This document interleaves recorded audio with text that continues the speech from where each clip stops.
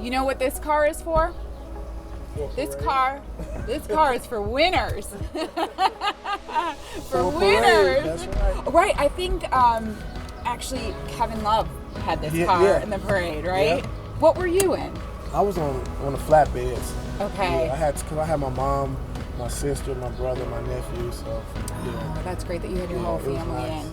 That day was unbelievable. 1.3 million. It was unbelievable.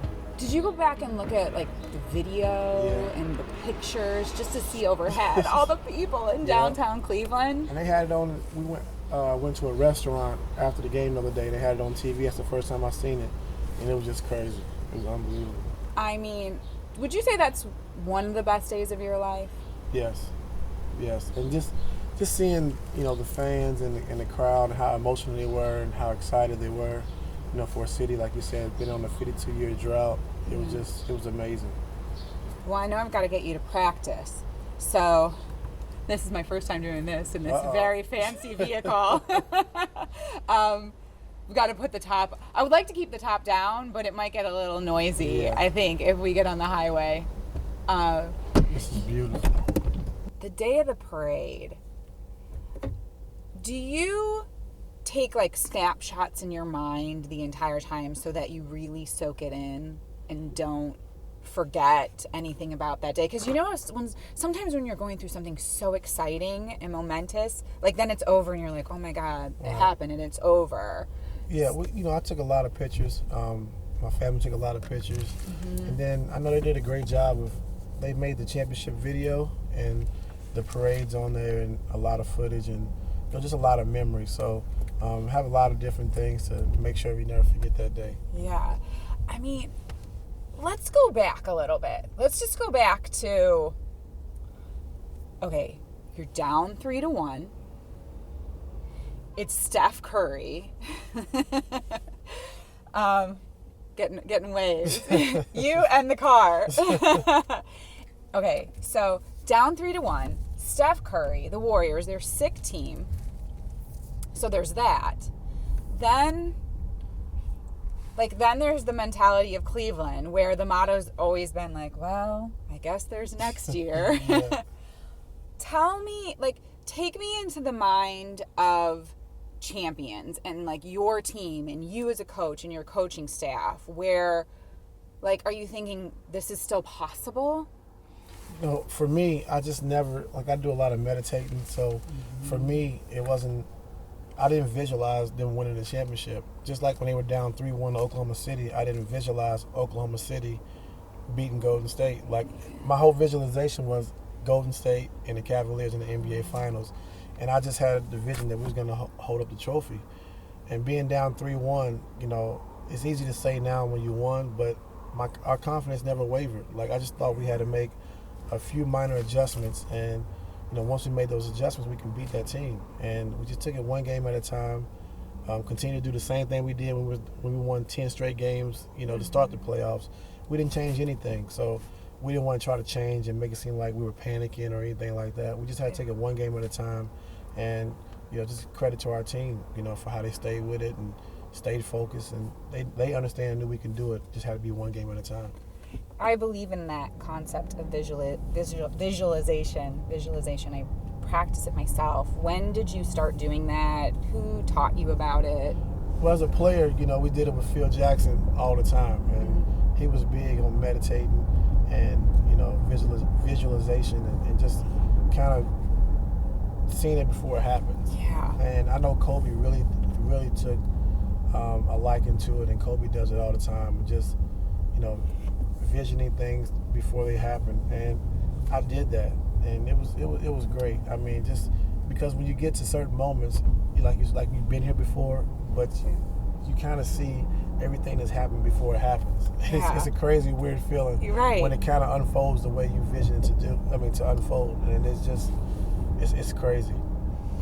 So the day of Game 7, okay, I'm going to tell you, I was in my parents' family room, and we're watching it, and, born and bred Clevelanders who, live that, we were almost there, but not quite. So I remember this moment when my mom said to my dad, we're going to win, right? Right? We're going to win. Like, so when are you thinking that in your mind? Like, with how much time left, or what was the moment when you were like, oh my God, we have this? Well, after game 6, when I saw, Steph Curry, he lost it. His family had some comments in the paper. They were mad, and they had lost their cool. Mm-hmm. And just to see how that team kind of, fell apart from being the America's team and, kind of falling apart the way they did, it kind of, showed us that, they can be broken. Right. And, during the game 7, I just thought that whole 4.5-minute stretch where neither team scored, I said, this is our game. Because if you can hold, the best offensive NBA team and the best record-wise NBA team in NBA history to 89 points on their home floor, and they couldn't score the basketball, and then just seeing the crowd and how they reacted, like they were so scared and they were so shocked. And when Kyrie made a shot, of course, then it kind of solidified the game. But after the game and just seeing this, the stands, just sitting in the stands, just like they couldn't believe it. Like they were in shock and they just didn't leave. I mean, it was just a crazy feeling. I've heard some coaches, players say that some wins are sweeter than others. And it wasn't your first NBA championship win, but would you say that this win was sweeter than any of the others, being the head coach?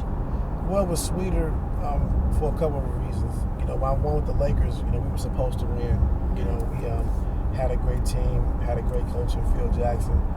But, this situation of, taking over midway through the season, our team being under so much scrutiny because of who we have on the team with LeBron and Kyrie and Kevin. And then also, of those guys beating us the year before and, not having a healthy Kyrie, not having a healthy Kevin. And, they beat us in the championship the year before that. So for me, it was great because we had a chance to match up with those guys again and have our full team. And then to come back from 3-1 and to make history in doing it, I mean, there's no better way. There's no better feeling. You don't ever want to lose that feeling either, right? No. It's this weird thing right now, right? Because Yeah. we're so on this high, yet you've got work ahead of you again. Yeah, I mean, it's a high that you can never, no matter what, you can never take it away from us, from the city, from our team, from the organization. Of course you want to win every year, but it's not going to happen. Even the greatest teams, they don't win every year. It's hard to get there, isn't it? It's hard. People don't realize how hard it is to get there. You have to be blessed. You have to be lucky with health, in certain situations. And the ball has to bounce your way, a few times. And it's just hard just to go through the whole grind of a season and then having to hit the playoffs and go through the playoffs for 2 more months to win a championship. It's a hard and tough grind. Game 7, take me into the locker room at halftime. Like, so are you talking? Is LeBron talking? Is there Rudy music in the background? Like, what's happening during the locker room at halftime? At halftime, we come in and, I was kind of disappointed in our team, and I just told the team that we played harder, in the Eastern Conference Finals during the first round than we're doing in Game 7. Like, I didn't think that we played as hard as we needed to play, in the Game 7. This is what you dream of. It's what you dream about when you're a little kid of down the court, counting down 3-2-1, Game 7 of the NBA Finals, and I just didn't think we took it that way. And at halftime, I got on LeBron a little bit about he had to play better, and if we was going to win a championship, his legacy's on the line, like he has to take us there, and he had to play better. He didn't like it, but he understood what I was. You said that to him? Yeah. Tell me about that. Is that because he's one of the best, right? Yes. One of the best there ever have been, maybe one of the best there ever will be. Is that intimidating to talk to a player who is that great? Or no, it's not intimidating. I think one thing about LeBron, and he reminds me a lot of Kevin Garnett, is that you can critique those guys, you can get on those guys without them coming back at you, and trying to show their power or try to embarrass you. So and we have a great relationship before I even got here. We've always been friends. So he wants to be coached, and he wants to be coached hard, and he wants to be told the truth. And at that moment, I thought he could be better.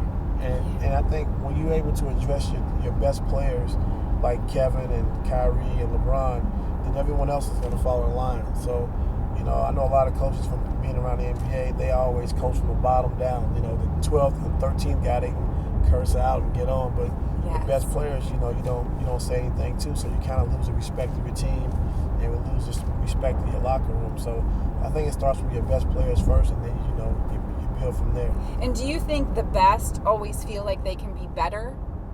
So they need to be coached. Always. They need to be talked to. They need to play against the best to be better, right? And then when you're one of the best, you've always had so much pressure on you, and everything's kind of falling on your shoulders, and you have to be a coach on the floor, all the time. And then if you got a guy who can command your respect and also lead you in a way you can be lead to win, and they feel comfortable with that takes a lot of burden off their shoulders. And I think all great players, love to be in those situations, like Jordan, when he had Phil Jackson, or, Kobe and Shaq when they had Phil Jackson. I say I'm Phil Jackson, but I'm just saying, but no, just somebody that has been there and done it as far as a player and people respect, and then now you've had a chance to, come in and kind of just, rub off on the guys about what it takes to win, how it's supposed to look.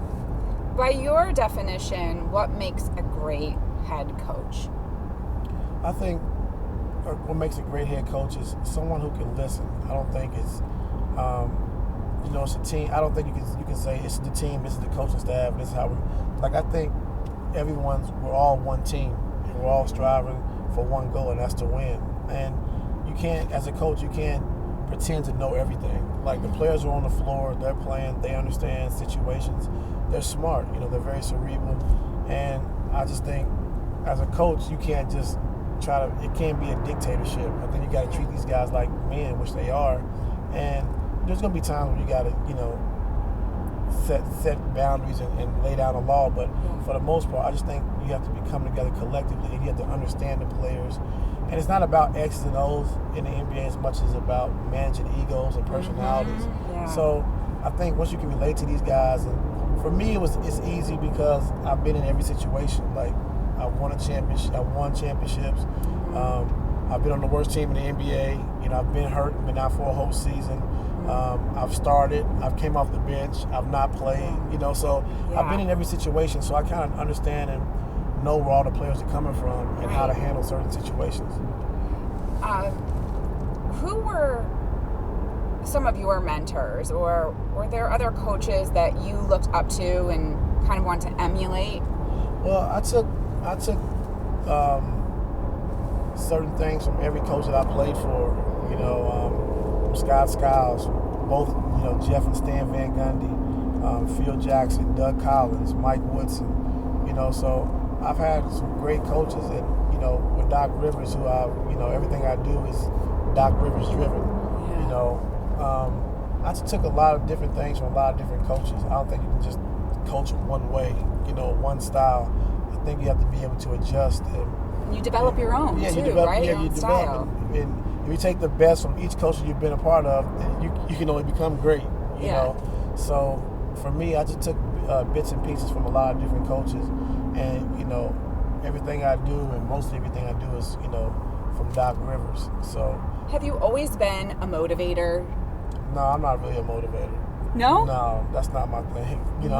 I'm getting better at that. I pride myself on hard work and being prepared, being organized. That's the biggest thing for me. As far as being a motivator, like, Pat Riley and those guys, Doc Rivers, who can give great speeches and have your team ready to run through a wall. And, I'm not that. Yeah. So like, now that, you've won a championship here, I'm sure not just in Cleveland, but all over the country, people call you, they want you to speak and talk. Are you comfortable with that? Or I don't like it because I don't, it's not about me, and I don't like standing out in front like, oh, I did it. Like, it was like, in order to win a championship, you got to have great players. You can't win with a bad team. So I don't like the media aspect of it, as far as all the questions, all the interviews, and I just don't like that. Yeah, you don't like the focus being on No. you. But when you're interviewed about other people, are you comfortable with that? Yeah, I'm when they very want to talk to you comfortable. about your players? I'm comfortable with that, but it's Yeah. just, with this team, it's just so much media attention. Yeah. And then, in the playoffs, on game day, you're doing media 6 or 7 times a day. Like, after shoot around, then you get to the game, you got to do the sit down with the ESPN crew before the game. Then you go to the podium and do the podium. You get done with the podium, you got to do the Fox with Fred. Yeah. You leave that, and then at the end of the first or third quarter, you got an interview with one of the people from the network. Then after the game, you got the post game and the podium. Like, it's just so much like media attention, and just it's hard to really focus on the game because you got, every 5 minutes you have to do something else. And then there's the aspect too of like you live a very public life, but I think we all like some privacy. So there are certain aspects of your life that become very public, like contracts and Yes. numbers. Like, is that odd? Because I remember growing up in my family, it was like, you don't talk about money with other Right. people. You don't talk about how much money you make, except with what you do, then it's out there in print. How do you feel about that? I don't like it. The funny part, I had money before that, but now when people see it publicly, like now it's just like, oh my God, and then all the people start calling you and needing something, and you've been going through it your whole life, but you get a lot of cousins, don't you? Yeah. New cousins. But when they put it out publicly, that's when it's a big thing. Mm-hmm. Well, I'm glad you're staying, though. Oh, yeah, thank you. I think we knew that was going to Yes, happen. thank you. What's the next? So, JR, is he the next contract?